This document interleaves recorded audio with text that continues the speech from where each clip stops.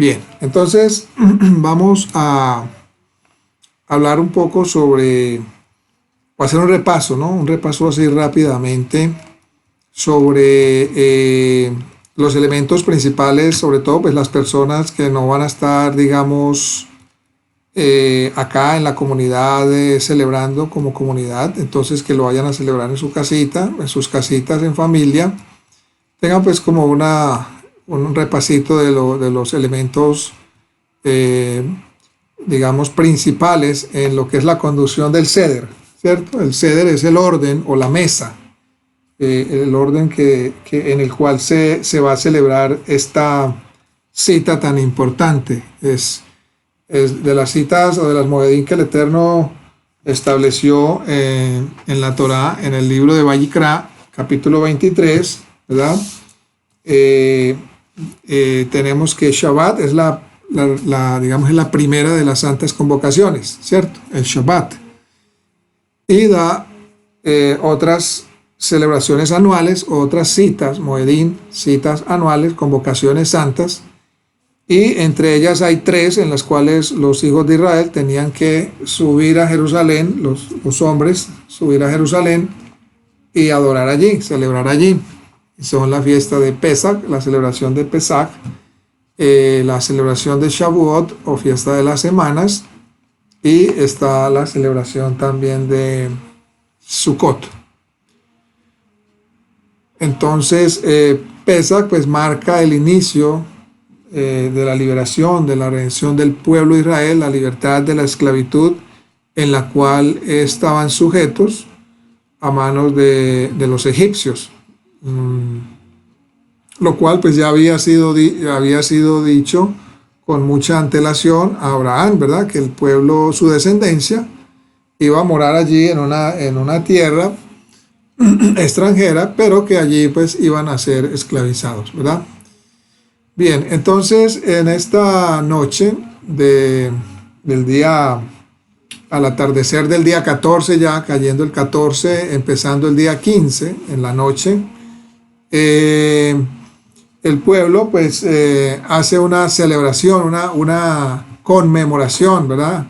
De recordar cómo fue esa salida. Se hace un relato de cómo fue la salida de los hijos de Israel de Egipto. Se relatan también las plagas, todo lo que pasó allí en Egipto, cómo el Eterno trajo juicios por medio de plagas, de 10 plagas, a los egipcios, ¿verdad? En cabeza del faraón.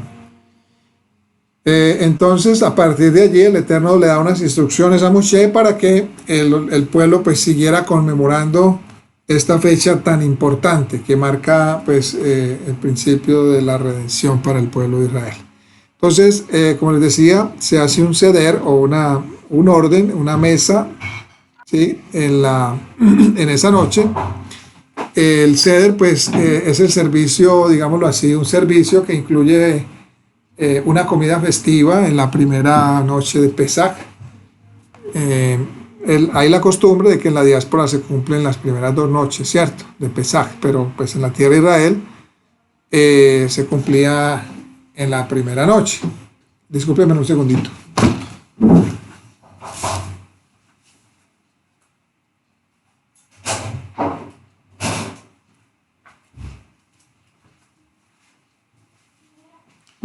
Bien, entonces la palabra seder, como les decía, significa orden, ¿no? Orden de servicio, que es una palabra muy similar a Sidur, que es el nombre para el libro de oraciones hebreo que hace referencia al orden de las plegarias o de las oraciones. El seder se denomina así pues porque es una comida, digámoslo así, ritual acompañada por un orden específico de servicio, a diferencia de cualquier otra comida festiva en el año. Además de la comida servida para la cena, pues son necesarios algunos elementos para cumplir con la parte ritual de la misma, que son el vino, no puede faltar el vino, el matzá, que es el pan sin levadura, ¿sí? Algunos vegetales, entre ellos, por ejemplo, el apio, el perejil o papas hervidas, que es lo que se conoce como carpaz, o carpas, ¿cierto? Hierbas amargas, algunos utilizan rábano picante recién rallado y otros utilizan lechuga romana, ¿cierto? En eso no hay problemas, o utilizar rábano picante, rallado, o puede utilizar también lechuga romana, ¿verdad? Para las hierbas amargas, que se conoce como maror, ¿cierto? El otro elemento es el jarocet, que es una mezcla espesa de manzana y nueces molidas con vino, un poquito de vino y canela, ¿cierto? Este vino obviamente tiene que ser vino para pesa, ¿cierto? También digamos una coquita, un frasquito con agua salada. Se coloca allí agua salada para mojar las hierbas amargas y los vegetales, ¿cierto? Que eso está pues dentro del orden del ceder. También pues las comunidades judías suelen colocar en un plato principal que se llama kehará, ¿cierto? Suelen colocar estos elementos y dentro de estos elementos entonces colocan también un hueso de la pierna del cordero que ha sido asado, ¿cierto? Un huesito allí lo colocan simbólicamente, no se lo comen, no se puede comer cordero en pesa por lo que no hay templo, recordamos, pero lo colocan allí simbólicamente. Se lo comen al otro día, si está, pues algunos se lo comen al otro día. Lo mismo que se coloca también un huevo hervido allí en la kehará o en el plato ritual que se coloca allí. Y también se usa una copa grande. Algunas comunidades judías usan una copa grande de vino, lo ponen allí en la mesa.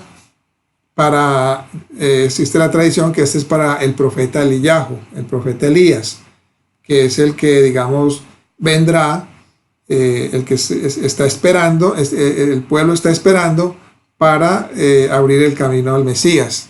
Entonces ellos la ponen allí, también simbólicamente, no se la toman, esperando que el profeta Elías venga, ¿cierto?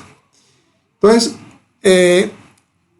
cantidades mínimas de estos elementos pues son necesarias, por lo menos una porción del vegetal para cada uno de los comensales, o sea, de las personas que están en la reunión.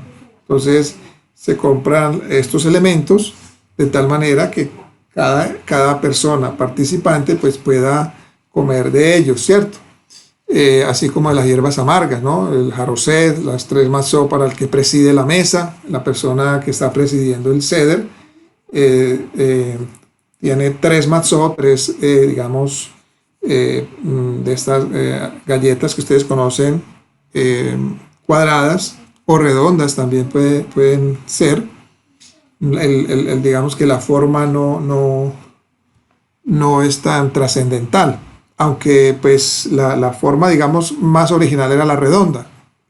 Y de hecho hay unas galletas, hay unos panes sin levadura que son especiales, muy especiales, murá, que son muy supervisadas, total, o sea, tienen una vigilancia desde que se siembra el trigo hasta que se saca, hasta que se prepara, en fin, eso tiene por eso se llaman esmurá y son mucho más costosas. Por ejemplo, una caja normal de matzá vale 35.000 pesos y una esmurá puede valer 110, 120.000 pesos, ¿cierto? Pero las cuadradas que nosotros compramos también son aptas que no son esmurá, también son aptas para hacer esta noche, para tenerlas allí, ¿cierto? Entonces, la persona que conduce el seder tiene tres matzá allí principal al frente de él también. Bien.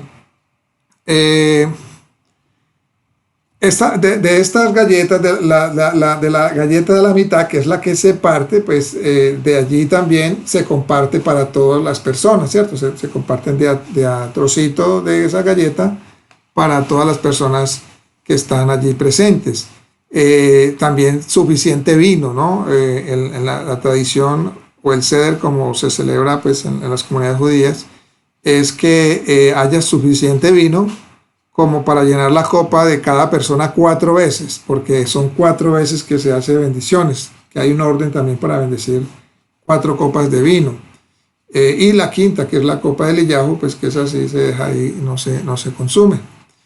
Una copa, según la medida y lo que han dictado los rabinos, para adulto debe contener por lo menos algo más de 90 gramos, o sea, 3.3 onzas, ¿cierto? Esto es como la cantidad mínima. Bien, la bandeja ceremonial, que es la que hará sobre la mesa, debe arreglarse así de la siguiente manera. Entonces, está primero el huevo, ¿sí? El huevo, este orden es en el orden de las manecillas del reloj. Entonces a la izquierda está el huevo, luego a la derecha el hueso de la pierna del cordero, luego las hierbas amargas, es el maror, luego el vegetal, que es el carpas, luego está el jaroset y luego el agua salada, ¿verdad? La bandeja pues puede tener cualquier forma, redonda o cuadrada, pero la que más se usa pues es la redonda. Ahora, si no se posee una bandeja ceremonial, puede utilizarse cualquier otra para el caso, ¿cierto? Digamos que empezando, ¿cierto? Cuando uno está empezando, pues lo podría hacer, pero ya con el tiempo y los años, pues ya uno se va haciendo a las cositas para pesar. Bien, entonces las tres matzot que les hablaba ahora se cubren con una servilleta o con una cobertura ceremonial de matzá, ¿verdad? Son como que tienen tres compartimientos, ¿sí? Se colocan ahí a la cabecera de la mesa frente a la persona que va a conducir el seder. También se tiene una agadá, que literalmente agadá significa relato, que es un pequeño libro que contiene el orden del servicio del seder, las bendiciones, las oraciones que deben recitarse, las cosas que relatan la servidumbre de los israelitas, el éxodo de Egipto, ¿cierto? Y es conveniente pues tener una agadá. Esto pues también se puede conseguir con el tiempo frente a cada una de las personas alrededor de la mesa de los participantes. Cuando no, pues se tiene al menos una principal para hacer este relato. La mayoría de las comunidades han desarrollado sus propias agadá, pero todas pues son muy parecidas, ¿cierto? Como la bandeja principal o ceremonial puede no ser lo suficientemente amplia, ¿cierto?, para contener todos los vegetales y las hierbas amargas, para todos los comensales o personas, pues pueden utilizarse bandejas o recipientes adicionales para estos elementos, ¿cierto? Por ejemplo, nosotros este año, Baruch Hashem, mi esposa ideó unos individuales muy bonitos. Esos individuales van a ir ahí al frente en cada mesa, ¿cierto? Cada persona va a tener un individual, ¿cierto? Un individual, y allí pues está dibujado el plato de la que hará. Allí hay un espacio para la matzá, está el espacio para el maror, los vegetales, el jaroset, el agua con sal, ¿cierto?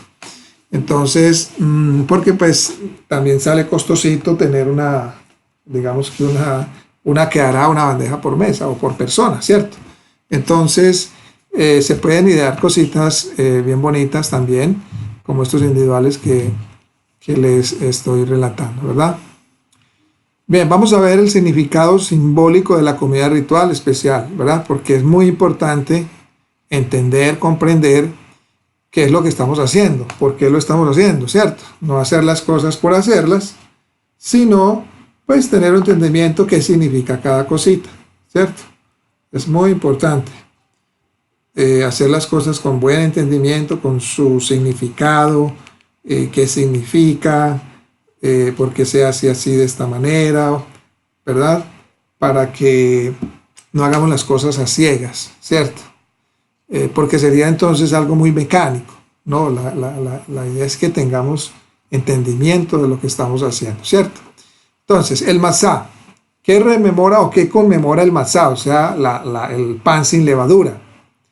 Pues rememora la prisa, ¿verdad?, con que los padres o los israelitas debieron abandonar Egipto, ¿cierto? De manera que la masa no tuvo tiempo suficiente para leudar. Entonces, por eso la masa es así plana totalmente, porque cuando la masa leuda, pues se infla, ¿verdad?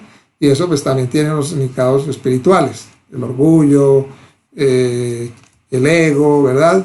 Entonces, la matzá en este caso es plana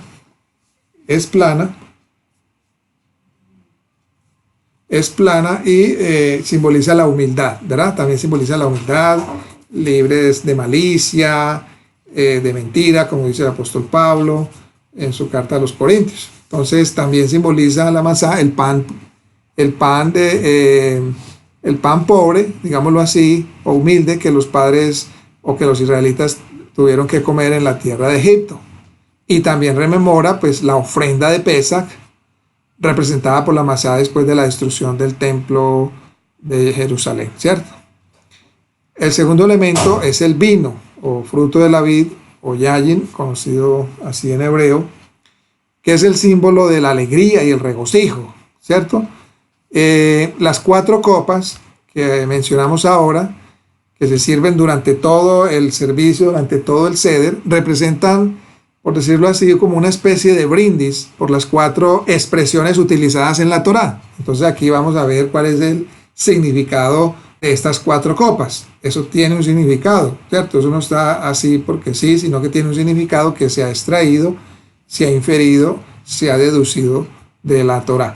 Shemot, Éxodo 6 al 7, están estas 4 expresiones en relación con la redención de Israel. Y estas expresiones son, la primera es, os sacaré, ¿cierto? Os sacaré, primera copa, otseti, significa en hebreo, de los trabajos forzados de los egipcios. La segunda, y os libraré, os sacaré primera, os libraré, itzalti, de su servidumbre, y os redimiré, gaalti, os redimiré a brazo tendido y por grandes juicios. Entonces, os redimiré es la tercera copa, esa es la llamada copa de la redención.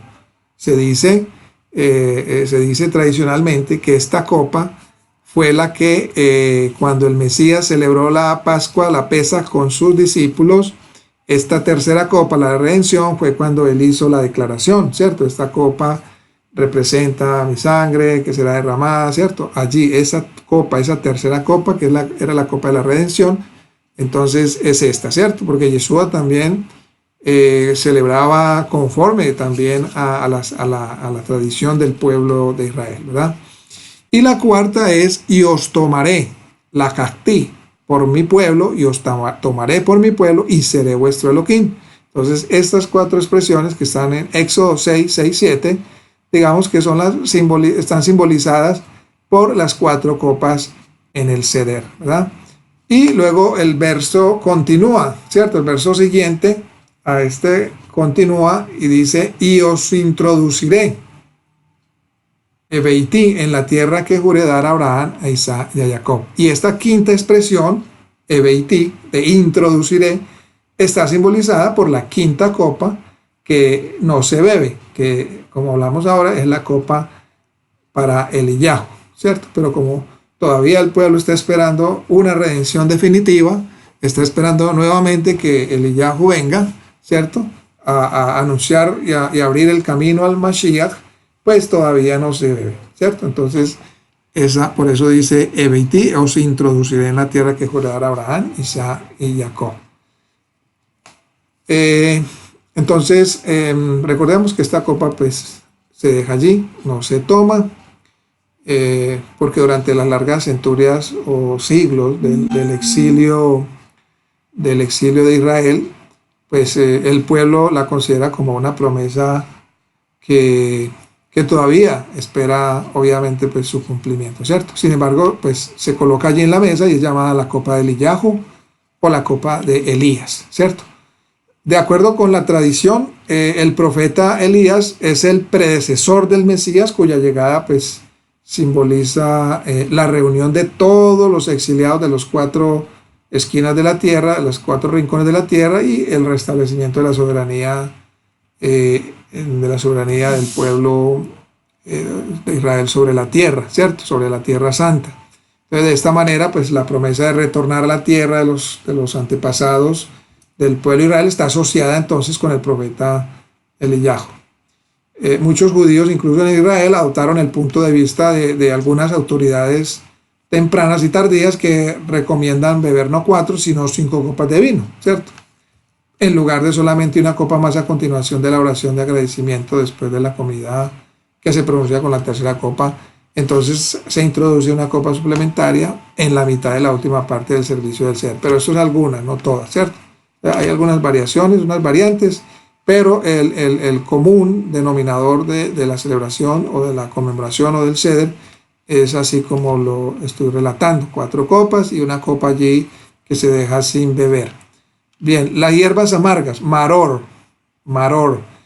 Esto simboliza la amargura, ¿no? La amargura soportada por los israelitas durante su esclavitud, ¿verdad? Pues para nosotros, como nosotros no estuvimos allí físicamente hablando,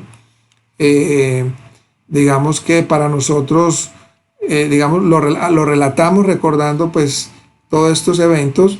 Para nosotros simboliza la amargura del pecado, ¿verdad? La amargura de la esclavitud del pecado, cuando éramos esclavos a nuestros delitos, a nuestras pasiones, ¿verdad? A nuestras concupiscencias. Eso nos traía amargura, ¿verdad? Entonces, simboliza para nosotros también la esclavitud del pecado, el maror, ¿cierto? Que el maror, recuerden, es el rábano rallado, o en su defecto se puede usar lechuga, también romana, ¿cierto? Luego tenemos el jaroset, que representa la arcilla, ¿verdad? La argamasa elaboradas por los israelitas para edificar las ciudades egipcias.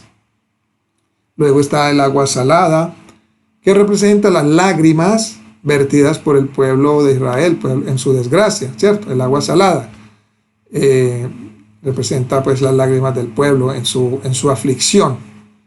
Está el carpas, que puede ser apio, puede ser perejil.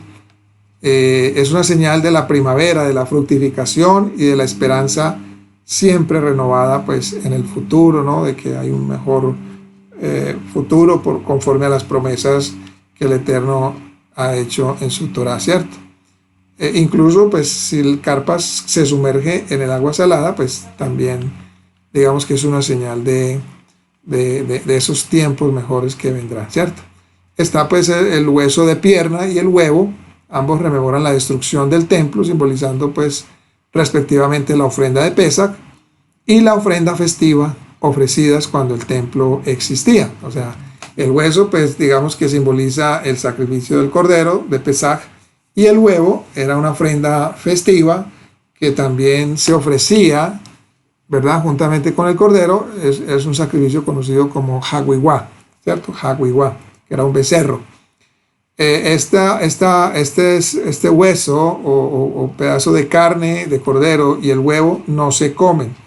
Está prohibido comerlos porque realmente pues no hay templo, entonces no hay cordero, no hay tampoco sacerdocio del orden de Aarón. Entonces esto es allí simbólico. Al otro día pues sí se puede comer porque ya no es Pesach, pero ese mismo día, en esa misma noche, no se puede comer. Prohibido comer ese hueso que pues puede tener carne de cordero, ¿cierto? Se utiliza un hueso de las extremidades, ¿cierto? Con preferencia a cualquier otra parte del cuerpo, porque el hueso de las extremidades simboliza que la redención de Israel fue con brazo tendido, ¿cierto? Entonces por eso se utiliza un hueso de las extremidades. Y se utiliza un huevo porque es el símbolo tradicional del duelo, ¿cierto? Esto no tiene nada que ver con fertilidad ni con los huevos de Easter, para que no coman cuento de lo que dicen por ahí otros grupos fanáticos que dicen que todo esto es babilónico, que todo esto viene de Easter, que no sé cuánto, que no sé qué, inventando un poco de cosas. Esto nada tiene que ver con eso, ¿verdad? Para que no coman cuento de esos grupos extremistas y fanáticos que todo lo satanizan y todo lo, podemos decir, babilonizan, ¿no? Podemos decirlo así. Nosotros pues no lo usamos, ¿cierto? Realmente no por esto que les estoy diciendo, sino porque pues digamos que no tiene para nosotros tanta trascendencia como sí para los judíos. El judío lo usa, ¿cierto? Porque está decretado por obligación hacerlo, ¿verdad? Los rabinos en sus tratados lo han establecido, y así lo hace todo el pueblo judío, ¿verdad? Nosotros no lo hacemos también por no crear confusión, ¿cierto? Porque todavía hay mucha confusión, ¿no? Que el Mesías ya fue sacrificado, porque vamos a tener un pedazo de cordero ahí. En fin, entonces eso crea más confusión que claridad, ¿verdad? pero obviamente ya tenemos un concepto claro sobre el tema, ¿cierto? Entonces, pero sí usamos el maror, el matzá, que están allí en la Torá, ¿cierto? Que se comiera por generaciones, aunque no hubiera templo, se sigue comiendo el maror, el jaroset y el matzá. El huevo y el hueso, para los que lo hacen y que tengan ya un entendimiento, el hueso de pierna, deben ser preparados con anticipación antes de la noche, o sea, antes de la noche del Seder. O sea, no se debe, y nosotros quizás cometimos el error por desconocimiento, ¿no? En años atrás, que dejábamos la preparación del matzá, incluso hasta la misma cena para la misma noche del 15, es decir, para la misma noche del Seder. Fue un error, ¿cierto? Porque eso había que prepararlo antes, había que tenerlo listo desde mucho antes, ¿verdad? De hecho, el cordero se sacrificaba en las 2 tardes, entre las 2 tardes del 14, es decir, al mediodía del 14 y a la caída de ese mismo día. Pero ya el cordero tenía que estar listo ya para el Seder, ¿no? ¿Cierto? Ya tenía que estar completamente listo. Muy bien. Como les decía ahora, no deben comer el huevo y el hueso de pierna, para los que lo hagan de esta manera, no deben comerse en la noche del Seder, pero sí se puede comer al día siguiente, ¿cierto? También vale acá mencionar una muy buena, digamos, muy buen aporte que nos hizo el hermano José Alberto del Yalkut Yosef, que es un libro de alajot judías. Se recomienda, digamos, en la carne, usar carne, se puede usar para la cena, ¿cierto? No podemos decir que es la carne de Pesaj, ojo. Es decir, en el plato, en la cena como tal, vamos a tener carne, ya sea de pollo, o ya sea de res, ¿cierto? O pescado asado. No se puede decir, es que esta es la carne de Pesaj, así sea de pollo. No es la carne para Pesaj, porque la carne para Pesaj, recordemos, era el cordero, ¿cierto? Esto simplemente es un banquete, es una cena que se hace allí, pero la carne no tiene allí ningún significado, por decirlo así, espiritual. En lo posible, ¿verdad? En lo posible, quienes coloquen el hueso en la que hará, que no sea asado. Puede ser cocido, precocido, que no sea asado. ¿Por qué? Porque no sé, los rabinos, los sabios de Israel, definieron que no fuera asado para que no se diera la impresión de que ese realmente era el cordero de Pesaj, debido a la prohibición. La carne en lo posible que no sea asada. Los judíos no la asan. Ellos no comen carne asada, sea de pollo, sea de res. En su plato, en su cena, no comen ese día carne asada, precisamente para no dar la impresión de que tiene que ver con la manera como se asaba el cordero. Es decir, nada de carne a la parrilla, ¿cierto? Entonces, si bien lo hacemos así con estas instrucciones, pues maravilloso, ¿verdad? Si nosotros no lo hacemos, pues digamos que para nosotros no es una falta, en el sentido de que no hay un mandamiento ni rabínico directo hacia nosotros, pero sí digamos que debiéramos de acogernos en el buen sentido de que, bueno, hay una instrucción, los rabinos dan una instrucción, ¿verdad? Si ellos dieron esa instrucción, investiguemos por qué, ¿cierto? Investiguemos por qué. Entonces la respuesta es la que les estoy diciendo, para no dar la impresión de que estamos haciendo el ritual, ¿verdad? De que estamos asando el cordero, la carne, porque es que en aquel tiempo se asaba el cordero, en fin. Y esto, pues, sobre todo las personas o una comunidad que está empezando, pues, que digamos, quiere hacer las cosas con esa buena intención y con esa alegría, y hagámoslo todo lo más cercano posible. Entonces allí se está cometiendo un error, ¿cierto? Con una buena intención se comete un error. Bueno, seguimos. Entonces la razón por la que se colocan los tres matzot, o los tres panes ácimos, o los tres panes sin levadura en la mesa del ceder, ahí al frente de la persona que está conduciendo el ceder, que está dirigiendo el orden, es que en cada Shabbat y cada festividad se requieren dos panes enteros para la bendición del pan, ¿verdad? En el ceder se requiere una tercera matzá, que es la que va en la mitad, abajo, en la parte inferior va una, en la parte superior, y en la mitad va una matzá. Para partirla, esa matzá de la mitad se parte, ¿verdad? En un momento dado del ceder. Y una de las mitades, de la matzá que se separó, de la matzá del medio, se separa como aficomán, ¿verdad? Aficomán es, se le da, incluso es un nombre griego, y muchos pues se preguntan, incluso entre los mismos judíos, qué hace un nombre griego en un ceder hebreo, ¿verdad? Pero eso tiene pues su significado bien interesante, y incluso estaba esta semana leyendo, me sorprendió algo, estaba estudiando sobre el aficomán, y wow, me dejó algo bien, por decirlo que anonadado, puede ser, que dice, estaba leyendo un artículo en First Fruit of Zion, primeros frutos de Sion, que se cree que quien introdujo este ritual, o este aficomán, digamos, esta manera de partir la masá del medio y de esconderla del medio, se cree que quien introdujo esta práctica dentro de la celebración de Pesach fue nada más y nada menos que un seguidor del Mesías entre el año 100, él vivió entre el año 130 y el año 170 después del Mesías, conocido como Melito de Sardis. Era un obispo o un anciano que vivía en Sardis, ¿verdad? Y que fue... Se dice, pues, dice la tradición, que fue el primero que introdujo esto dentro de la celebración del ceder, y que después los judíos continuaron haciendo esta tradición. Bueno, para esto, pues, hay que investigar mucho más, pero curiosa esa nota, ¿no? De que el aficomán, pues, tiene un nombre griego, y los judíos se han preguntado, ¿qué hace un nombre griego dentro de un ceder hebreo, verdad?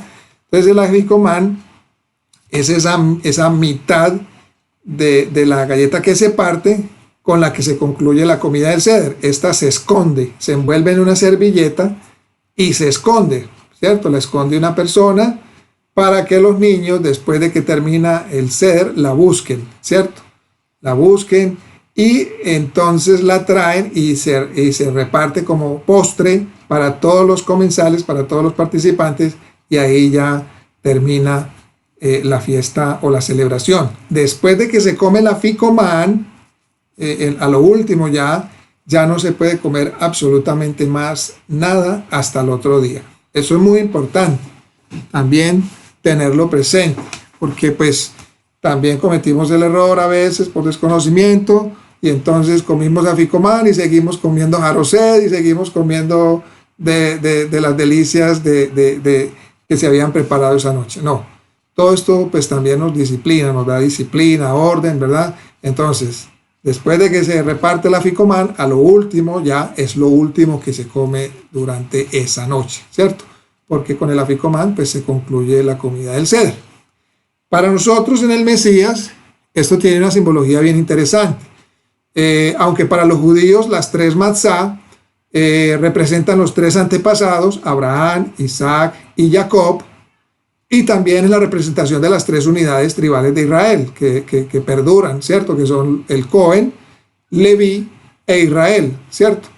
Para nosotros, pues también adquiere, o se podría adicionar, un significado bien interesante, que la matzá de la mitad se parte, es decir, el Mesías fue molido, fue partido, ¿cierto? Incluso, curiosamente, cuando ustedes vean la galleta, el matzá, ustedes lo van a ver con huequitos, ¿sí? Como con agujeritos, ¿cierto? Como con rayitas.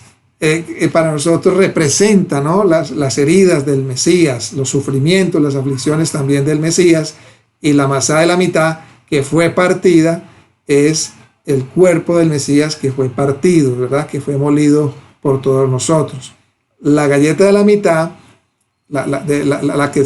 una de las partes que se separó, que se partió, que se conoce con el nombre de Afikoman, se esconde, se oculta, ¿verdad? Se oculta. Ese es el ocultamiento del Mesías, que estuvo oculto durante 3 días, 3 noches, y luego aparece nuevamente, ¿verdad? Se le quitan los linos, aparece nuevamente, y para nosotros pues simboliza la resurrección de nuestro Santo Maestro. Bien, vamos a ver también cuál es la razón de las 2 inmersiones que se hacen en el agua salada. El carpas en el agua salada y las hierbas amargas en jaroset, ¿cierto? Que se hace una especie de sándwich.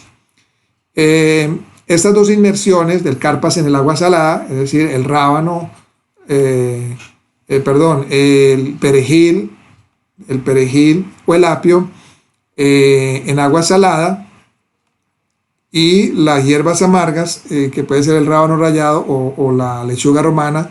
Estas 2 inmersiones forman parte del procedimiento ritual, es decir, es una diferenciación deliberada de los hábitos comunes de comida, ¿cierto? Para despertar también la curiosidad de los niños, alentarlos también a preguntas de por qué se hace esto. Pues para ellos puede ser algo extraño, ¿no? Sobre todo los que están empezando. Entonces, eso los va a alentar como a preguntar. Y esta pregunta pues debe abrir la puerta para relatarles e instruirles en la historia del Éxodo, en los tiempos antiguos, que era habitual inmergir una vez como una especie de aperitivo, ¿cierto? Antes de cada comida, y por eso pues los sabios de Israel instruyeron que debía hacerse 2 veces esa noche para precisamente despertar las preguntas de los niños. Una versión talmúdica de las 4 preguntas, porque se hacen 4 preguntas, dice, ¿por qué en otras noches inmergimos una sola vez y esta noche de Pesa lo hacemos 2 veces? Entonces existió un deliberado propósito allí, ¿no? De hacer participar a los niños en esta celebración o en esta conmemoración o en este seder, en este orden. Y las 4 preguntas, que en hebreo se conoce Manishtaná, que hay una canción muy bonita también, que se canta en esa noche, fueron elaboradas especialmente para los niños, estas 4 preguntas. También está el simbolismo de los 4 hijos, que fue utilizado para transmitir instrucción moral, y las canciones compuestas con palabras que estuvieran también al alcance de los niños, pero pues con un significado espiritual e histórico, ¿cierto? Como el Had Gadiyah, el Had Miyodea, que fueron pues posteriores. Y también hay juegos tales como hacer que un niño encuentre el Afikoman, se convirtieron también en una hermosa costumbre, ¿cierto? Con un significado muy bonito también para nosotros. Es también habitual, esto pues no es, digamos, no tiene que ser, digamos, así de fuerza, pero pues si se hace está bien, sí lo hacen los judíos. Es también habitual colocar una silla en forma de canapé, o sea, como para reclinarse, para que la persona que conduce el seder de manera que le quede fácil reclinarse cuando esté tomando las copas de vino. Porque reclinarse durante una comida era una antigua práctica y era una señal del hombre libre, y por eso pues resultó asociado específicamente con este seder de Pesa. Aunque no es obligatorio, también se acostumbra en muchos hogares que la persona que conduce el seder use una túnica blanca o kitel, que simboliza pues la pureza ritual, pero no es obligatorio, ¿cierto? Como dijimos, no es obligatorio, pero algunas personas lo hacen, sobre todo en algunas comunidades judías, pero pues no es obligatorio usar esa túnica, ¿cierto? La familia debe estar muy preparada, todas las familias deben estar muy preparadas para comenzar el seder inmediatamente después de cuando ellos retornan de las reuniones vespertinas de Pesach en la sinagoga, ¿cierto? Entonces, todos ya deben estar muy preparados. En nuestro caso, pues también hacer todo lo posible por estar ya muy preparados con todo listo, que se está terminando el Shabbat, hacer todas las oraciones, el Abdalá, el cierre de Shabbat, ¿verdad? La mujer hace allí pues también la separación entre lo sagrado y lo sagrado. Aquí no se dice entre lo sagrado y lo común. ¿Por qué? Porque este día que sigue al Shabbat no es un día común. Entonces, bendito eres tú eterno, que hace la distinción entre lo sagrado y lo sagrado, ¿cierto? Bien, a diferencia del Shabbat, cuando está permitido y es correcto recitar el Kiddush, o sea, cuando se toma el vino, ¿cierto? Inclusive comer antes de la caída de la noche, agregando de esa manera, pues de lo profano a lo sagrado, pero pues esto es cuando, como les digo, cae, digamos, cuando no hay 2 días así sagrados. Esto no puede hacerse en Pesaj, ¿cierto? Cuando digamos, hay un día común y un día sagrado, como es en el caso de, por ejemplo, viernes en la noche, ¿cierto? Está terminando un día común, ¿cierto? Y está terminando un día sagrado. En este caso, digamos que conecta Pesaj conecta con Shabbat, ¿cierto? O Shabbat conecta con Pesaj. Entonces, el mandamiento de comer matzá y de beber vino, que es el Kiddush o el Kiddush, que se considera como una de las 4 copas, debe esperar la caída de la noche, ¿cierto? La caída de la noche, es decir, para poder empezar o hacer el Kiddush o el Kiddush, que es ese Kiddush, ese primer Kiddush, es la santificación de toda la festividad, de toda la, digámoslo así, de todo el Seder, ¿cierto? Entonces hay que esperar que anochezca, ¿cierto? Hay que esperar que termine el Shabbat y que ya anochezca, ¿cierto? Según la tradición, los sabios dicen siquiera cuando se contemplen 3 estrellas en el cielo, ¿verdad? Pues ya nosotros, obviamente, pues aquí es mucho más fácil distinguir la oscuridad de la noche, ¿no es cierto? Y pues también para eso hay horarios. ¿Por qué? Porque el precepto de la Torá dice, al anochecer comerás matzó, ¿cierto? Ya, es decir, cuando ya la noche ha entrado, o sea, no se puede comer todavía estando de día. De hecho, pues en este año, pues cayó con Shabbat. Hay otros años que cae con un día común, un día de la semana. Entonces hay que esperar de todas maneras el anochecer. Es posible obtener diferentes, quizás diferentes diseños, tamaños, artes, diseños, ¿cierto? En todo esto del Seder, ¿verdad? Pero pues como comunidad o como familias, pues elige lo mejor, ¿cierto? Lo mejor y sobre todo para agradar al Eterno. Entonces, vamos a ver rápidamente el orden que se sigue, ¿cierto? Entonces, ahora estábamos mencionando los elementos, ya vamos a mirar cuál es el orden. Entonces, se llenan las copas por primera vez, ¿cierto? Las copas de todos los comensales. Se hace el Kadesh, es decir, el que dirige el Seder, recita el Kiddush, que es la santificación de la festividad, de la conmemoración, ¿cierto? Prevalecen pues también diferentes costumbres acerca de si durante la recitación del Kiddush se puede permanecer sentado, debe pararse, en fin. Los 2 métodos son correctos, no nos compliquemos con eso. Lo pueden hacer sentados, lo pueden hacer parados, como su conciencia les dicte hacerlo, ¿cierto? Pero no hay error en que si lo hicieron sentado. Lo más importante es la reverencia en el corazón, ¿verdad? Es el deseo de tener una hermosa celebración para el Eterno, de agradar al Eterno, ¿verdad? Es lo más importante. Y cada uno responde amén al Kiddush y todos beben entonces la primera copa. Debe beberse más de la mitad de la copa, ¿cierto? Que esta es la primera copa, que es la que santifica, con la cual se santifica, con la cual se empieza, ¿cierto? Hay otro paso, que es el Urhatz, se llama así Urhatz, que se lleva a la mesa agua en un recipiente y se lavan las manos ritualmente. No, aquí en este momento del Urhatz no se recita ninguna bendición, ¿verdad? Simplemente se hace un lavado de manos, ya, pues listo, pero no se recita bendición. Luego viene el Karpas, que es uno de los elementos que está en la que hará en el plato. Entonces cada comensal, cada persona toma una porción de los vegetales, que habíamos dicho que podía ser apio o podía ser perejil.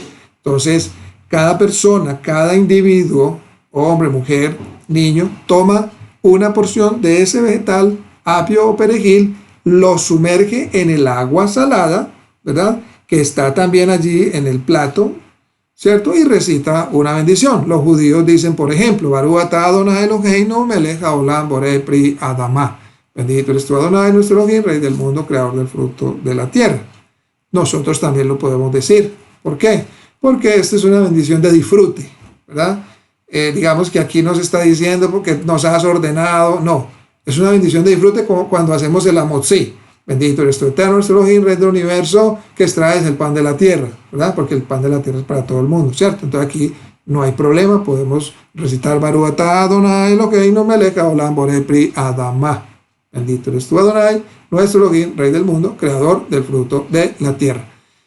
Luego viene el tercer paso, Yahatz, el que dirige el ceder, toma la matzá del medio, ¿verdad?, de las tres que están allí en una bolsita de 3 compartimientos.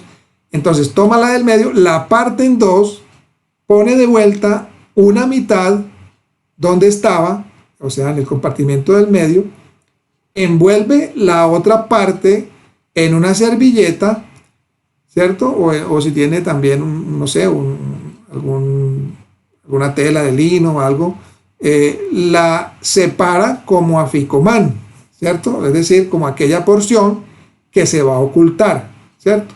Entonces luego se lleva esa porción, se le da a alguien para que la oculte donde nadie la vea, ¿cierto? Porque recordemos que a lo último se busca. Luego entonces se llenan nuevamente las copas de vino, ¿verdad? Se llenan nuevamente las copas de vino y entonces sigue el otro paso que se llama el Magid, que es cuando se relata la historia de Pesach y comienza con una declaración sobre el significado de la matzá, seguido por las 4 preguntas. Y esta parte pues está enriquecida con versos de la Torá, interpretaciones de la Agadá, es decir, del relato, comentarios de todos los que estamos allí, pueden hacer comentarios, pueden, opinar, pueden, todo obviamente en torno a este acontecimiento, ¿cierto? También se pueden recitar salmos de alabanzas al Eterno, en fin, este es un momento muy especial donde todos participan. Por eso es importante que todos nos preparemos, llevemos porción de palabra, de Torá, algo que el Eterno nos haya revelado en esa semana, durante el Pesach o en el año, es decir, todos debemos aportar en ese momento, podemos hacer comentarios durante este relato, ¿cierto? Es elogiable, nos enseñan los sabios de Israel, incluso desarrollar el relato de los acontecimientos del Éxodo y contar los milagros que ocurrieron a los israelitas allí cuando el Eterno los sacó con brazo extendido.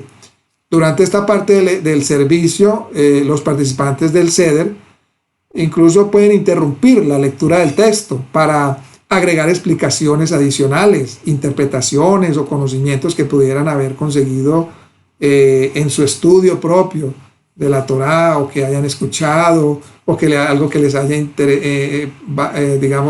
les haya parecido interesante de alguna enseñanza, en fin, algo que hayan escuchado, y obviamente que sean adecuados para la celebración de Pesach. Entonces allí pues todas las personas pueden participar, incluso pues si se está haciendo el relato, una persona puede alzar la mano y se le debe dar esa oportunidad, esa palabra, para que comparta todas esas cosas maravillosas que ha aprendido sobre Pesach. Cuando concluye esta parte del servicio, se bebe entonces la segunda copa de vino que ya se ha servido, después de recitar la bendición correspondiente. Luego viene otro paso que se llama Rajetzá, que tiene lugar, ahora sí, el lavado ritual de las manos, ahora sí con la correspondiente bendición.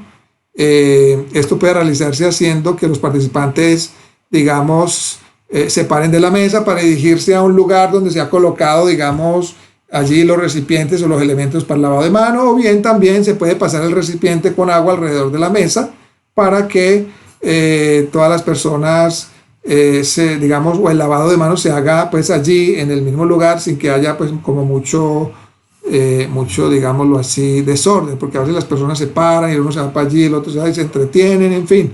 Entonces también se podría hacer de esta manera. Lo importante es que si se celebra pues en comunidad, ¿no? Cada comunidad pues lo haga de la manera más ordenada, ¿cierto? Si se hace en casita, pues también se hace ordenadamente. Si se quiere, se pasan los elementos allí en la mesa, que no se haga mucho reguero, en fin, todo bien, bien hecho y con mucho orden. Se recita la bendición del lavado, ¿verdad? Los judíos recitan Baruch atah Adonai Eloheinu melech haolam asher kedishanu benimutav betzivanu al agila matzah. Esta vez no decimos amotzi lejen mincares. ¿Por qué? Porque no tenemos allí un pan común, es decir, no tenemos pan con levadura, sino que tenemos allí un pan sin levadura, lejen matzot. Entonces decimos Baruch atah Adonai Eloheinu melech haolam asher. Aquí esto lo dicen ya los judíos. ¿Por qué? Porque los judíos dicen: bendito eres tú, Adonai, nuestro poderoso Rey del mundo, que nos has santificado con tus mandamientos y nos ordenaste lo referente a comer matzah, ¿cierto? Nosotros podemos hacer una bendición también: bendito sea Hashem, que nos has dado el privilegio, que nos has permitido, ¿verdad? Cada comunidad pues lo diseña, digamos, de una manera en que no pues estemos de pronto diciendo cosas que no corresponden a la realidad, ¿cierto? Si una persona pues es judía, obviamente pues la hace conforme a como lo dictaron los rabinos, ¿cierto? Porque recordemos que estas son bendiciones establecidas por los rabinos, por los sabios de Israel, ¿verdad? Esta bendición no está en la Torah. Bueno, se parte de la matzá y entonces se la distribuye entre todos los participantes. Recordemos que la mitad de una matzá se escondió, ¿recuerdan? Que es el aficomán, y la otra entonces, o las otras matzás se parten y entonces se distribuyen entre todos, ¿cierto? Entre todos los participantes. O sea, las matzá que quedaron allí de las 2:30 se reparte. Luego viene el maror, que es las hierbas amargas. Se toma una porción de hierbas amargas. Todos los participantes tomamos la hierba amarga, que equivalen, pues según la medición que establecieron los rabinos, por lo menos al tamaño de una aceituna. Es decir, se coge un poquito, ¿cierto? Es, digamos, al menos mínimamente el tamaño de una aceituna. Se le sumerge en el jaroset. Recuerden que el jaroset es el dulce que se hace con nueces, con vino, ¿verdad? Se sumerge en el jaroset y se come después de recitar la siguiente bendición. Entonces, aquí también hay diferencia en la bendición. Los judíos dicen: bendito eres tú, Adonai, nuestro poderoso Rey del mundo, que nos has santificado con tus mandamientos y nos ordenaste lo referente a comer hierbas amargas, ¿verdad? Entonces, también lo podemos hacer nosotros como hicimos, parecida a la anterior, que nos has permitido, que nos has dado el privilegio, ¿verdad? Que has santificado a Israel con sus mandamientos, ¿cierto? Entonces, allí elaboramos digamos, una bendición provisional. No es una bendición que se va a quedar ahí en el ceder, ¿verdad? Porque está prohibido establecer otros métodos, en el sentido de establecerlos como un orden religioso, ¿cierto? Bien, el korech. El korech se hace un pequeño emparedado o sándwich, ¿verdad? De matzá con hierbas amargas y jaroset. Es como, ¿cierto? Un emparedado. Entonces, un pedacito de matzá abajo, un pedacito arriba, en la mitad hierbas amargas, un poquito de hierbas amargas, jaroset, como recordatorio de que durante la existencia del Sagrado Templo de Jerusalén, el gran sabio Gilel, de la casa de Gilel, era Gilel anciano, había comido las hierbas amargas junto con la matzá y no separadamente. ¿Por qué?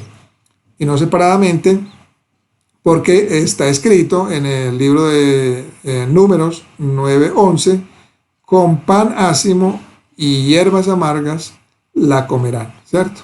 Comerás pan ácimo con hierbas amargas. También está escrito en Éxodo 12:18. Entonces Hillel, pues, digamos, estableció esta costumbre de hacer este sándwich, por lo que interpretó que en Números 9:11 y Éxodo 12:18 dice que se comerán juntos, ¿cierto? Se hace, entonces también se puede hacer. Luego viene el Shulchan Orech, ya el Shulchan Orech, que es la mesa, se sirve la cena, ¿verdad? La cena corriente, la cena que se ha preparado ya de antemano. En algunas comunidades judías orientales, de Europa Oriental, es costumbre, digamos, comenzar la cena con una entrada consistente en huevos duros servidos en agua salada, ¿cierto? Pero pues esa es una costumbre que hacen en Europa Oriental, no es obligante ni siquiera para todas las comunidades judías, ¿cierto? Lo más importante es pues, que se sirve la cena en ese momento, el Shulchan Orech. Luego entonces, ya después de la cena, de haber comido la cena, viene el aficomán. Cuando concluye la cena, se saca el aficomán, que es la media masá que recuerden había sido separada, y cada uno recibe un trozo como un postre final de la comida, ¿cierto? Esto es debido a que el aficomán simboliza la ofrenda de Pesa, que era lo último que se comía en el Seder. Ahora, si el aficomán se extravió en el curso de la noche y no se le puede encontrar más tarde, pues está permitido utilizar cualquier otra masa para este propósito. En caso de que la persona que lo escondió se durmió, o no sé, pues, o no supo dónde lo escondió, está permitido utilizar cualquier otra masa. Pero bueno, estos son casos pues, que es muy difíciles de ocurrir, ¿cierto? Luego viene el Barej o Barej. Se llenan las copas de vino por tercera vez. Recuerden que ya habíamos llenado por segunda, esta es por tercera vez, y la persona que dirige el Seder, mire que esto es después de comer, ¿cierto? Y mire cómo dice la Brihashá, y después de haber cenado tomó la copa, ¿verdad? El Mesías.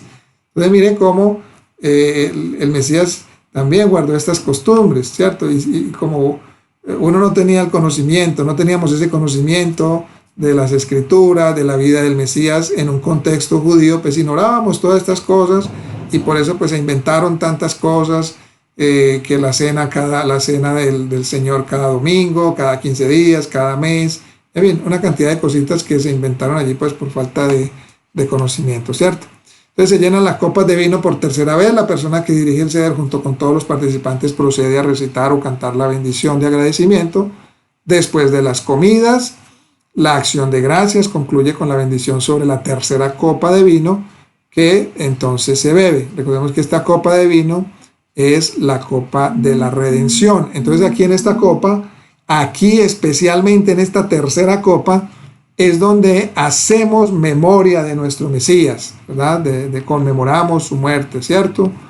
Como él lo dijo, haced esto en conmemoración mía, en esta tercera copa. Luego de eso se llenan las copas por cuarta vez, ¿verdad? También se llena hasta que desborde la copa del Iyahu, los que se la toman, pero en el caso nuestro pues no lo hacemos, pero sí llenamos la cuarta copa. Y luego entonces viene el Jalel. El Jalel es la recitación de salmos y un cierto número de plegarias adicionales en alabanza al Eterno. Y esta sección de salmos pues finaliza con la bendición ya por la cuarta copa de vino que se bebe entonces en ese momento. Y luego ya viene Nirsá, que es una declaración que incluye la esperanza de que el servicio fue aceptado por el Eterno con agrado y concluye formalmente acá el Seder. En la parte final del Seder se han incorporado también cierto número de canciones como conclusión, melodías vivaces, vivas, y incluso una forma poética infantil fueron ideadas específicamente pues para motivar a los niños, ¿no?, a que se mantengan despiertos hasta el final de la ceremonia. No obstante, el contenido de esas canciones pues obviamente está lejos de ser infantil y se basa en los principios básicos de la fe del pueblo de Israel. Canciones, por ejemplo, como Ejad mi Odea, ¿Quién conoce al uno?, o representa una revisión también a vista de pájaro de la historia de Israel. Entre las naciones, como Had Gadía, un cabrito. Y luego se dice el próximo año en la Jerusalén o la Jerusalén reconstruida. Leshana Abba Be Jerusalén Abnuya, que es ya el voto final de la noche, y aquí ya concluye entonces el Seder. Bueno, si algunas personas pues están reunidas juntas en comunidad, se pueden quedar compartiendo, escuchando alabanzas, hablando de Torá, pueden guardar vigilia si lo quieren, si así lo desean pueden hacer vigilia. De hecho la Torá dice es una noche de vigilia. Cuando hablan de noche de vigilia, es una noche que se pasa toda la noche en función del Eterno, ¿cierto? En oración, en alabanzas, también se puede danzar, ¿verdad? Porque hay alegría, alegría por la liberación del pueblo, ¿cierto? Entonces se puede hacer. Las personas mayores o los niños o mujeres embarazadas o personas de pronto con salud un poco o que están débiles pueden acostarse. No hay obligación estricta pues de quedarse en toda la noche. Bien, entonces acá terminamos el Seder. Así, hicimos pues un repaso rápidamente de lo que se hace en el Seder de esa noche. De todas maneras, quienes deseen me piden ahora, me pueden pedir a mi WhatsApp que les envíe la Agadá, el relato, todo el orden, y yo con mucho gusto se los envío para que ustedes sigan ese mismo orden y puedan tener una celebración bien, pero bien, bien ordenada, bien dedicada al Eterno, ¿verdad? Para que se vayan familiarizando con lo que es un Seder, ¿cierto? Con lo que es un orden de pesa. Entonces me lo pueden pedir. Hermano José, por favor, mándenme el Seder y yo con mucho gusto se los mando para que ese día, para que ustedes lo estudien, ¿no? Lo lean desde ahora. No esperen hasta la celebración, porque de pronto se van a confundir. Es mejor que lo lean ahora, lo estudien, lo analicen, y si tienen alguna inquietud, pues también me pueden preguntar en el transcurso de la semana. Con mucho gusto, en lo que a mí respecta, pues les ayudaré pues a darles entendimiento, ¿verdad? Y si hay algo pues en lo que de pronto no se me salga de las manos, pues también tengo maestros para consultar, ¿verdad? Bien, vamos ahora sí ya a la cuenta del Omer. Tenemos tiempito, siquiera, sí. No está muy largo lo del Omer. Es importante también conocer la cuenta del Omer, porque esto empieza prácticamente ahí casi que seguido a Pesach, ¿cierto? Es decir, después del día 15, es decir, a la caída del día 15 de Aviv, ¿cierto? Que en este año caerá el domingo. Al atardecer se empieza el conteo del Omer, es decir, el conteo de las semanas, el conteo de 7 semanas, 7 por 7, 49, más un día, ¿cierto? Que es cuando cae Shavuot y conecta entonces a Pesach, prácticamente conecta Pesach, lo conecta con Shavuot, que es la fiesta de las semanas. Entonces, como les estaba diciendo, a partir del día siguiente al día de reposo, que se refiere al primer día de Pesach, del día en que ofreciste la gavilla, aquí hay dos cosas que hay que mencionar, para que tampoco se vayan a confundir y no se dejen amedrentar. Hay dos conteos del Omer. Hay un conteo que se llama el conteo saduceo y hay otro conteo que se llama el conteo fariseo. El conteo saduceo espera hasta el domingo para empezar el conteo, por decir algo. Vamos a decir que este año no cayó Pesach en la caída del Shabbat, sino que cayó el miércoles, ¿verdad? El miércoles. Entonces, ellos esperan al Shabbat semanal a que termine el Shabbat semanal para entonces empezar a contar, hacer el conteo del Omer, porque ellos interpretan que el Eterno dijo que hasta que al día siguiente del día de reposo, es decir, del reposo semanal, ¿verdad? Pero según se ha inferido, se ha estudiado en el hebreo, en la tradición, fue el mismo tiempo que guardó el Mesías y sus discípulos. No es el Shabbat semanal, se refiere al Shabbat anual, es decir, al día siguiente, ¿verdad? Al día siguiente a Pesach. En otras palabras, al día siguiente al día 15, es decir, el día 16 del mes de Aviv. O sea, tenemos Pesach, ¿cierto? Empezamos Pesach, el 14 se hacía el sacrificio, a la caída del 14, a la caída del sol, es decir, empieza el 15, ¿cierto?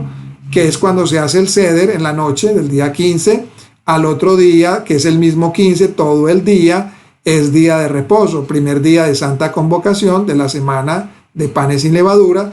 Entonces se espera que termine ese día, que es un día de reposo, y entonces se empieza el conteo, es decir, a la caída del día 15 en la noche. En este año, es decir, a la caída del día domingo, primer día de la semana, a la caída, entonces cuando termina el día 15, o sea, el primer día de la semana, que en este caso es este domingo, entonces se empieza el conteo del Omer. No hay que esperar hasta el otro Shabbat de la otra semana. ¿Por qué? Porque ese es el conteo saduceo.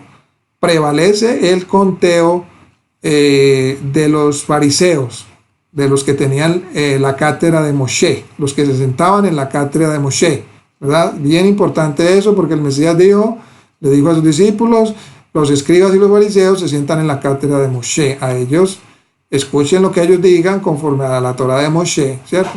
Aunque después les dijo, no hagan lo que ellos hacen, porque algunos pues decían y no hacían, y pretendían aparentar que hacían, pero realmente no ponían cargas, pero ya no los hacían. Pero tampoco eran todos. Hay 7 clases de fariseos, creo que eso lo hemos mencionado en otras clases.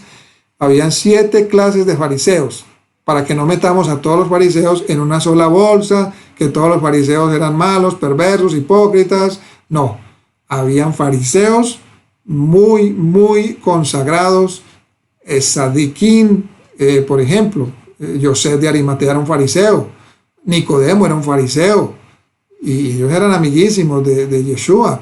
Los fariseos que le dijeron a Yeshua, lo previnieron de que Herodes lo estaba persiguiendo para matarlo, ¿verdad? Los fariseos que fueron del Mesías y le dijeron que ayudara a un centurión, que su siervo estaba enfermo, que lo ayudara por favor, porque él les había dado para construir una sinagoga. O sea, Yeshua tenía muchos amigos fariseos. Simón el fariseo, donde él entró a comer, lo invitaron, aunque él no le dio beso cuando llegó, pero bueno, pero era amigo. O sea, eran muy... Yeshua tenía muchos amigos fariseos, no todos eran malos, habían unos que sí eran malos, hipócritas, pero ojo, no todos los fariseos, ¿verdad? Esto es muy importante entenderlo porque, pues, hoy en día el dicho fariseo, a uno le dicen fariseo, es como si le estuvieran diciendo traidor, hipócrita, porque generalizaron, ¿verdad? Entonces, tenemos que desaprender todas esas cosas que se aprendieron erradamente en las naciones. Entonces, les decía que a partir del siguiente día, el día de reposo, entonces del conteo fariseo, no saduceo, cuando se ofrecía la gavilla,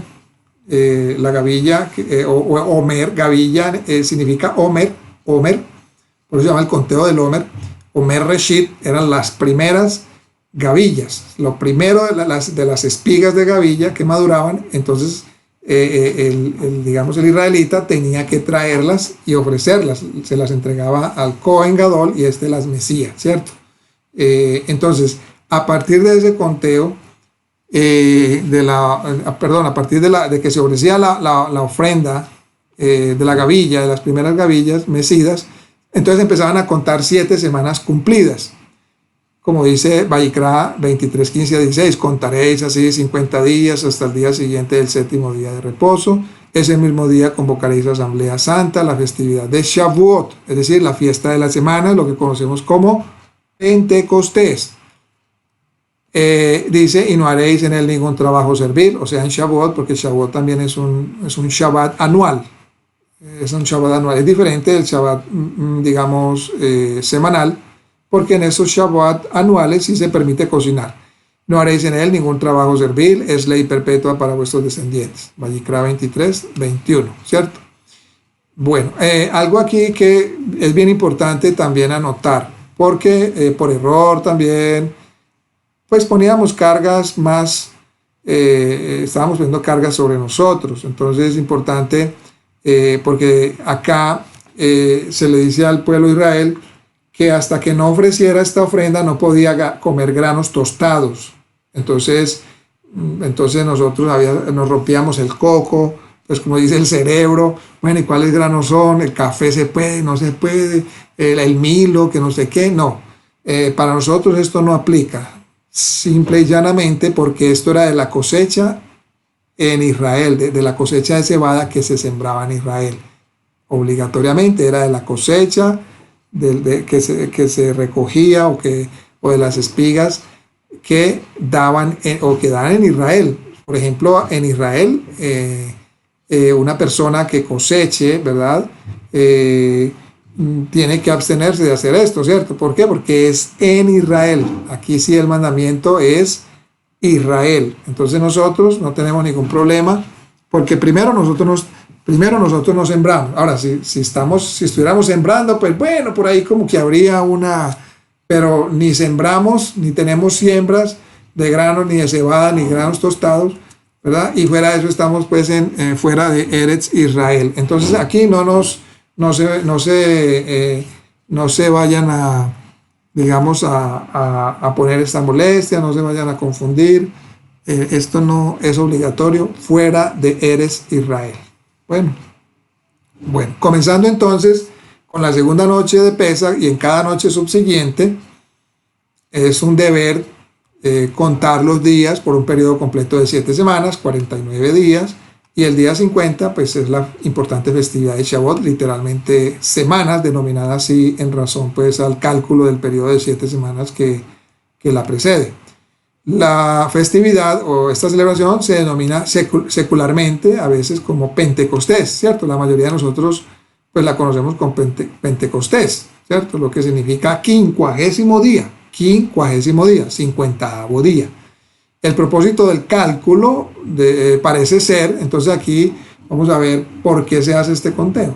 El propósito del cálculo parece ser el de conectar la festividad, como les había dicho ahora, de Pesach con la festividad de Shavuot. Es como decir un puente, ¿no? Es una conexión para recalcar que la liberación, ¿verdad? Ojo a esto, que la liberación de la servidumbre física y la libertad política, por decirlo así, representada por Pesach, porque lo que ocurrió en Pesach fue una libertad física y política, porque ellos fueron liberados de un poder político, ¿cierto? Era el poder del faraón y de la esclavitud física. Entonces, representada por Pesach, no constituye una libertad completa a menos que culmine en la aceptación de las restricciones espirituales, disciplinas y obligaciones representadas por Shavuot, que celebra la entrega de las 10 palabras o los mandamientos, la revelación del Eterno, del Dios a Israel, del Dios Todopoderoso a Israel, y la aceptación de la Torá por parte de Israel. Entonces es muy importante esto, ¿verdad?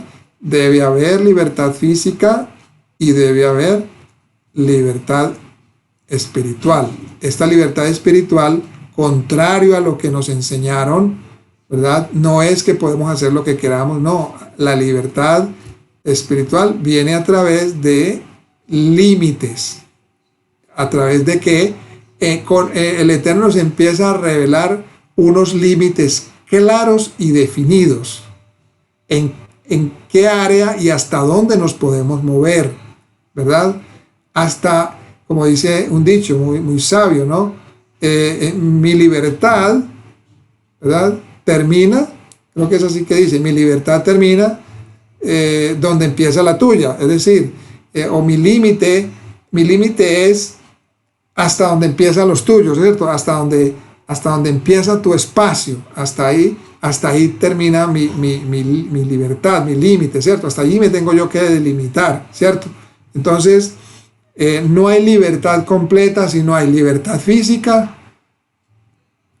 unida a una libertad espiritual, es decir, la revelación del Eterno, del Dios de Israel, de la palabra, de los mandamientos, la aceptación de la Torá, es decir, de la voluntad de Dios en nuestras vidas. Estas dos cosas deben ir de la mano y son imprescindibles. No hay libertad si no hay libertad física. No hay libertad si no hay libertad espiritual o mental. Porque una persona puede decir, soy libre físicamente, nadie me esclaviza, pero puede ser esclavo a sus propios pensamientos. Mentalmente puede ser una persona que está esclavizada, ¿cierto? O tiene limitaciones dentro de sí misma, es decir, unas limitaciones que en vez de darle libertad, lo que hacen es oprimirla, ¿cierto? Entonces, roguemos a Hashem, ¿verdad?, que podamos experimentar esa libertad completa, física y espiritual, ¿verdad? Baruch Hashem. Bueno, entonces, debido a que el comienzo del cálculo, o sea, del conteo del Omer, coincide con el día en que una cierta cantidad de cebada era segada o era cortada, pues, y llevada al templo como ofrenda en el segundo día de Pesach, el periodo completo del cálculo resultó conocido como la Sefirat HaOmer, que significa el cómputo o conteo del Omer. Y en forma breve también se denomina el periodo de Sefirá, o sea, de cómputo, ¿cierto? O conteo.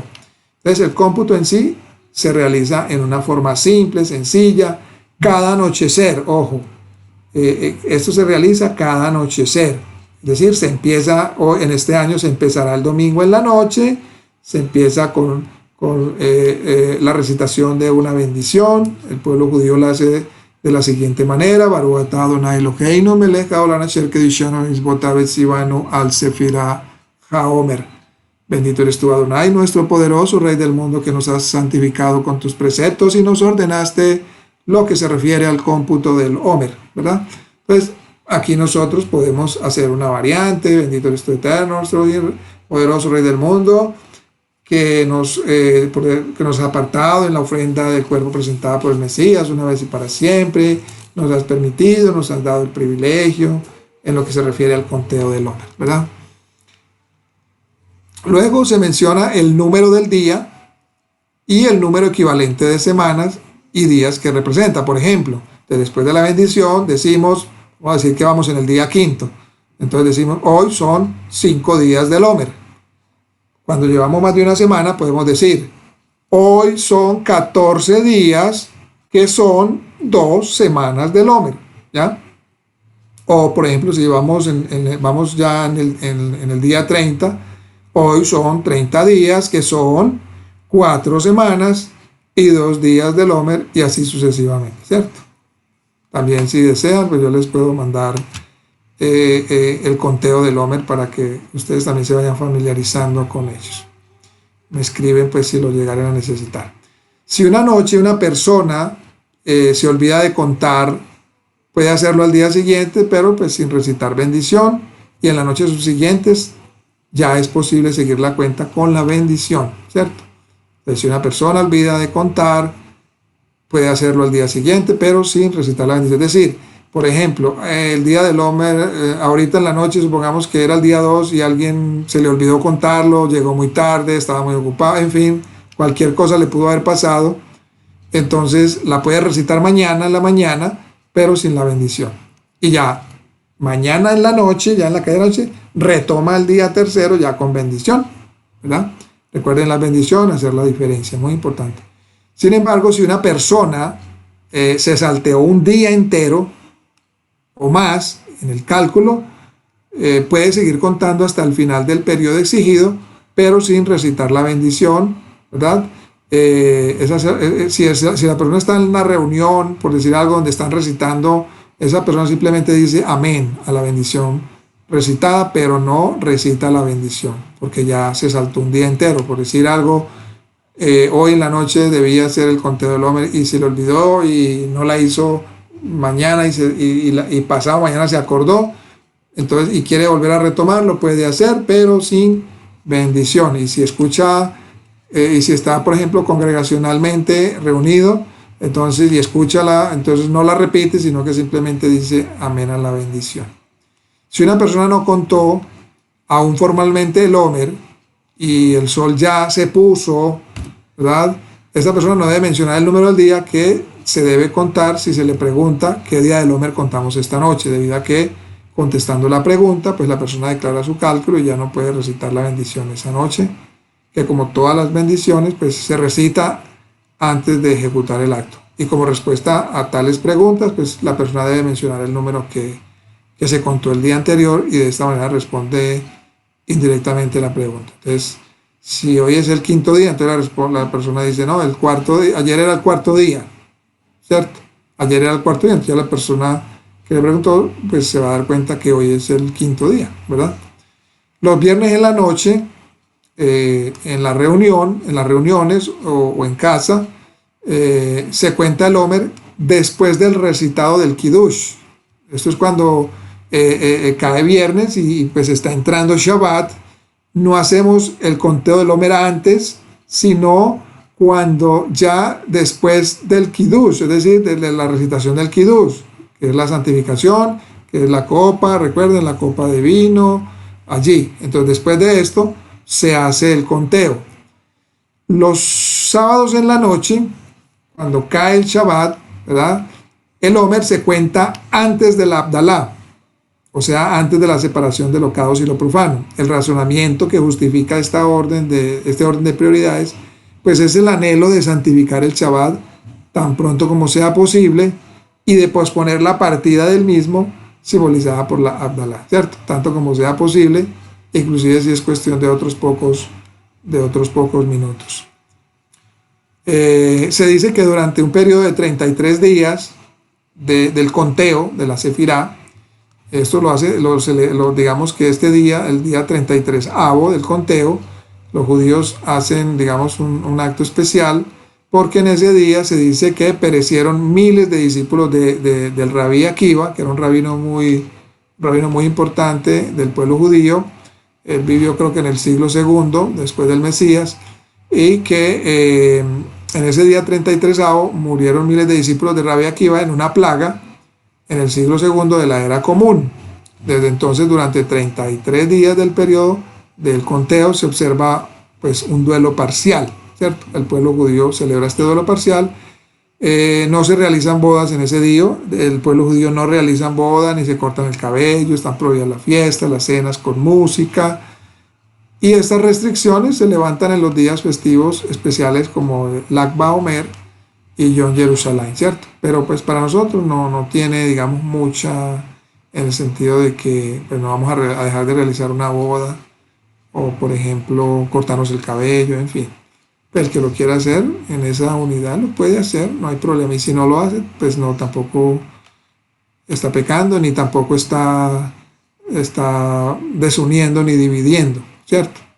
Bien, estas restricciones se levantan entonces en los días festivos especiales del Lag BaOmer y Yom Jerusalén, es decir, no se conservan. Estas restricciones también se levantan en Yom Hamatzut, excepto en lo que se refiere a las bodas, ¿cierto? Que no se hacen, ¿cierto? Entre los sabios también existen diferencias de opinión acerca de cuáles son los 33 días del periodo total del conteo de 49 días, pues en los que se debe observar el duelo parcial. Pero como les digo, no nos compliquemos con esto, ¿no? Esto no digámoslo así, pues no es de nuestra incumbencia como tal, pues es más contextual y cultural del pueblo judío, ¿cierto? Sin embargo, en cada ciudad debe prevalecer una práctica religiosa uniforme basada en el criterio de liderazgo religioso local, ¿cierto? De cada comunidad. Bueno, entonces acá pues terminamos un resumen también sobre el conteo del Omer, que también se va a empezar este domingo en la noche, ¿verdad? Lo pueden hacer por familias, por grupos, por comunidad. De hecho, nosotros el año pasado lo hicimos en comunidad y todas las noches, hasta el 50º día, hasta el 49º día, lo hicimos. Nos reuníamos por Zoom, hacíamos las bendiciones, salmos, y hacíamos también, compartíamos unas reflexiones, ¿cierto? Entonces ya cada comunidad pues decide cómo lo va a hacer, si lo va a hacer cada familia, si hay alguien que no siente el deseo de hacerlo, no hay problema, es decir, no se le cuenta como pecado, no se vaya a sentir culpable, pero si lo hace mucho mejor, ¿verdad? Hace mucho mejor. Todas estas prácticas nos van a habituar, ¿verdad? A la obediencia a los mandamientos del Eterno. Baruch Hashem. Entonces, mis amados hermanos, aquí terminamos pues este compartir sobre Pesa. Por acá algunas preguntas. ¿El hueso puede ser de pollo? Creo, sí, puede ser de pollo. De hecho, pues sí, hay algunos maestros que sugieren que sea mejor de pollo, y al horno puede ser la carne, sí, que no sea en parrilla, así asado como se asa a la parrilla. Lo puede adobar con algunas otras cositas, como guisadita, en fin. La bolsa suele llamarse hat. Bueno, la de la Ficomán, sí, porque pues realmente en esa bolsa de 3 compartimientos hay tres, digamos, tres matzah, ahí, tres matzot, están ahí, sí, compartiendo. Ojo, esto no tiene nada que ver con el Padre, el Hijo y el Espíritu Santo, para que después no, porque no faltará la interpretación por ahí de que esos tres compartimientos, no, eso tiene que ver, recuerden, con los tres antepasados de Israel, Abraham, Isaac y Jacob, ¿verdad? Las tres digamos, las tres, ¿cómo se dice? Tribales de Israel, que son el Cohen, Leví e Israel, ¿cierto? Los tres establecimientos tribales de Israel. La hermana Dora tiene una duda, como el viernes ya no debe haber nada de las especies que leudan, a no ser las matzot, ¿con qué hago la bendición de Amotzi? En Shabbat, si el lejen de Shabbat, yo lo hago en casa con harina de trigo y ya no debo. Bueno, interesante pregunta, hermana. Qué bueno, porque aquí no lo mencionamos, Baruch Hashem, hermana. La halajá dice que nosotros podemos comer el kiddush, o sea, el kiddush del Shabbat, después de la santificación del vino, lavado de manos, todavía podemos comer pan con levadura, y de igual manera podemos comer al día siguiente que hacemos el kiddush en la mañana, aproximadamente hasta las 9:50 de la mañana podemos comer todavía pan con levadura, que debemos tener mucho cuidado, pues sobre todo los observantes, los que ya, digamos, tienen más años y quieren tener una observancia mejor, ¿verdad? Y los nuevos, pues también sería muy bueno que empezaran, digamos, haciendo la observancia con mucho detenimiento y mucho cuidado. Pero digamos que es más pasable en ellos, ¿cierto? Porque nosotros también cometimos errores cuando estábamos nuevitos y hay que tener mucha paciencia y tolerancia. Con los años, bendito sea el Eterno, y vamos a ir adquiriendo más destreza, vamos a ir siendo más cuidadosos, ¿cierto? Entonces, hasta las 9:50, 53 minutos, todavía podemos comer pan con levadura, ¿verdad? Del día 14, que este día 14 de este año cae en Shabbat, ¿cierto? Pero, digamos, con mucho cuidado, hacerlo con mucho cuidado. Ahora, si definitivamente no queremos tener pan ni nada, nos es complicado, como dice la hermana ahorita acá, que bueno, ella la hace y le queda complicado esto y lo otro, entonces lo que puede hacer hermana Dora y todos los que me escuchan, tomar un pedazo de matzá, pero tiene que agregarle alguna otra cosa, algo por encima, aceite, es decir, no comer la matzá sola. ¿Por qué? Dicen los sabios de Israel que no se debería comer matzá sino hasta el momento del seder, como para no perderle el sabor, el sentido a la celebración, a la conmemoración, ¿cierto? Entonces, que ese matzá que comemos en el kiddush del viernes y en el kiddush del Shabbat en la mañana, pues tenga otra cosita encima, ¿cierto? Aceite, no sé, un poquito de mermelada, como para que no dar el sentir de que estamos comiendo matzá ya, sino que estamos comiendo un pan con otro elemento, ¿verdad? Entonces, en esa manera diferenciamos el matzá de la mañana que estamos comiendo, lo vamos a diferenciar con el matzá de la noche de Pesaj, ¿verdad? Pero los que puedan hacerlo y tengan todavía pan y quieran, entonces lo pueden hacer, pueden comer todavía pan con levadura en el viernes y en el Shabbat, pero obviamente tienen que comérselo todo, ¿no? Y ya no pueden, después de las 10 de la mañana no puede haber absolutamente nada de pan con levadura. En realidad el mandamiento habla de la mitad del mediodía, ¿cierto? Pero los rabinos, los sabios establecieron más bien a las 10 como para establecer un cerco, ¿verdad? Establecer un cerco y darle tiempo, es decir, y que realmente la persona se esmere y que a las 10 ya tenga todo listo, ¿cierto? Porque pues siempre dejamos todo para lo último. Entonces hay que tener esa especial atención para aquellos que seamos o estemos siendo más cuidadosos cada año en la observancia de panes sin levadura. Y polvo de hornear, el polvo de hornear hay que sacarlo. Hay que sacarlo porque puede tener trazos de levadura. Sí, Eh, toda raba. Y como yo, por ejemplo, perdón, yo ya cachericé, por ejemplo, el horno, herví todo, pues, donde hago el, todas las ollas y todo eso, porque, pues, es importante y ya, pues, boté la levadura que tenía y la harina, y entonces dije yo, ¿y ahora qué hago? Pues, como encartada, sí. como enredadita ahí con eso, hermanos, Entonces sí, toda raba porque es coja un matzá para el viernes y para el sábado y agrégale otro elemento para que no la coma así plana perfecto, sola, no la coma plana sí, sí, sola sí, sí, para diferenciarla de la matzá de la noche, de la de peso. perfecto, perfecto, hermano, Amén, hermano. toda raba, sí, es que a mí me da mucha brega limpiar, pues soy como enredadita con eso, entonces pues me adelanté un poquito porque si no me coge la noche. Está bien, está muy bien. Sí, Nosotros también acá prácticamente ya limpiamos toda la casa, por todos los rincones, movimos todo, Baruch Hashem, entre mi esposa y yo, el niño.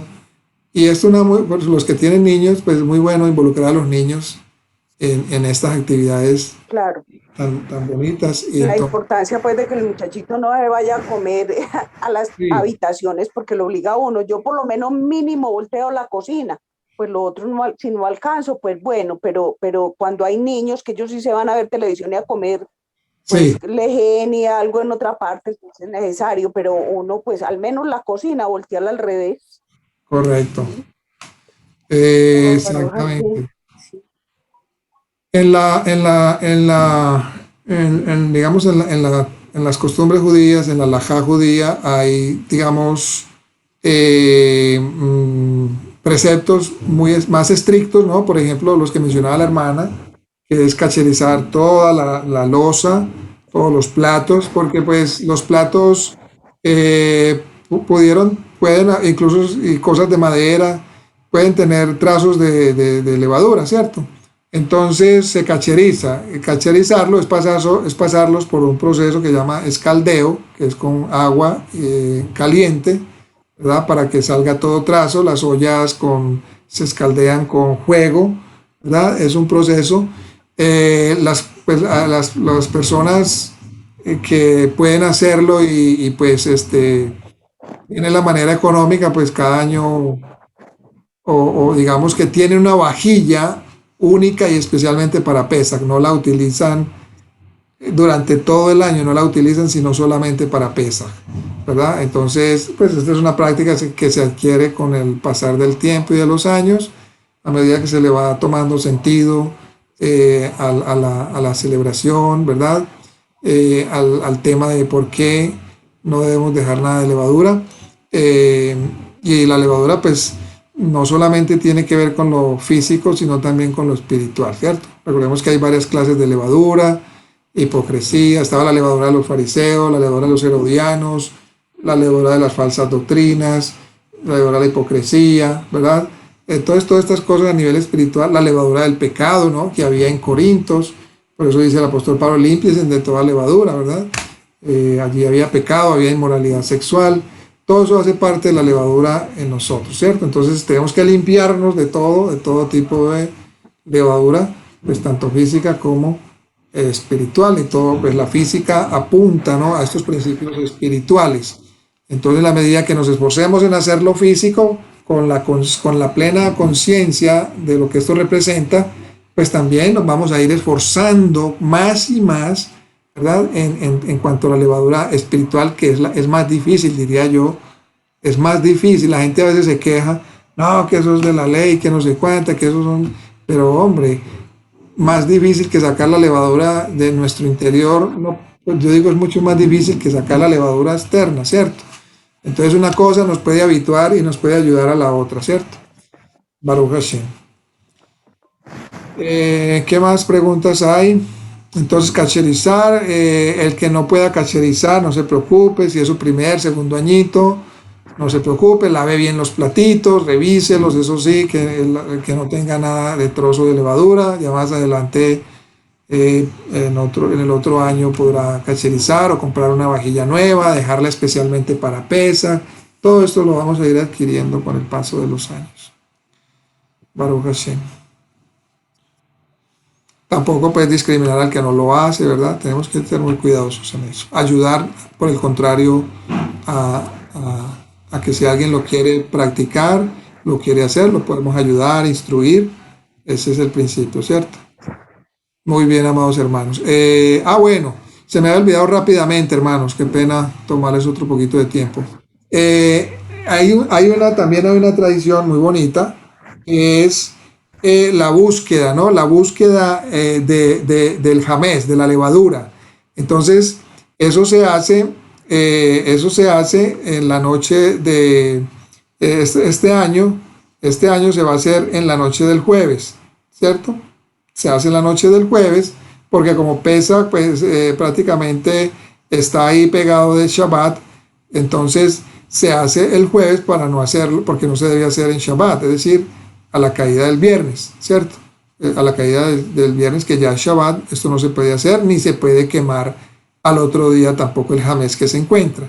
Entonces, como esta semana o este año es una ocasión particular, entonces el jueves a más tardar se hace la búsqueda del hametz, que es algo tradicional, también donde se involucran los niños, los jóvenes. Entonces se apagan las luces, se prende una luz, una candela, y se empieza a buscar. Digamos que ya hemos limpiado toda la casa, entonces deliberadamente ponemos un poquitito por allí en un rinconcito de levadura para que los niños pues se animen, ¿verdad? Y ponerlos a participar. Entonces encontrar esa levadura, ¿cierto? Se coloca, ¿verdad? Se amarra, se envuelve en un recipiente, se hace una bendición, la he compartido también, y se espera al otro día que se hace la nulificación, es decir, al viernes en la mañana se hace la nulificación de esa levadura que se encontró, se hace la nulificación y se procede a quemar, ¿verdad? Se procede a quemar. Digamos aquella levadura que todavía de pronto podamos tener en nuestras manos. ¿Qué hacer con ella? ¿La botamos? Pues de ninguna manera. Digamos que tenemos todavía mucho mercado que tiene levadura, entonces hacemos un proceso de venta con una persona de su confianza, puede ser un vecino, una vecina, un familiar. Usted le vende esa levadura, usted le dice, mira, y le puedes explicar y bueno, por el derecho compartirle, le haces una venta. Pero ojo, esa venta no es simbólica ni ficticia, ojo, es una venta real. O sea, usted tiene que saber que eso ya no le pertenece, que usted transfirió su dominio sobre eso a otra persona. Entonces usted le dice, pues obviamente, pero usted le dice, bueno, mira, yo hago esto, por eso, comprame esta, y si querés, usted le puede decir, si querés, yo te la vuelvo a comprar en tal fecha, yo te la vuelvo a comprar.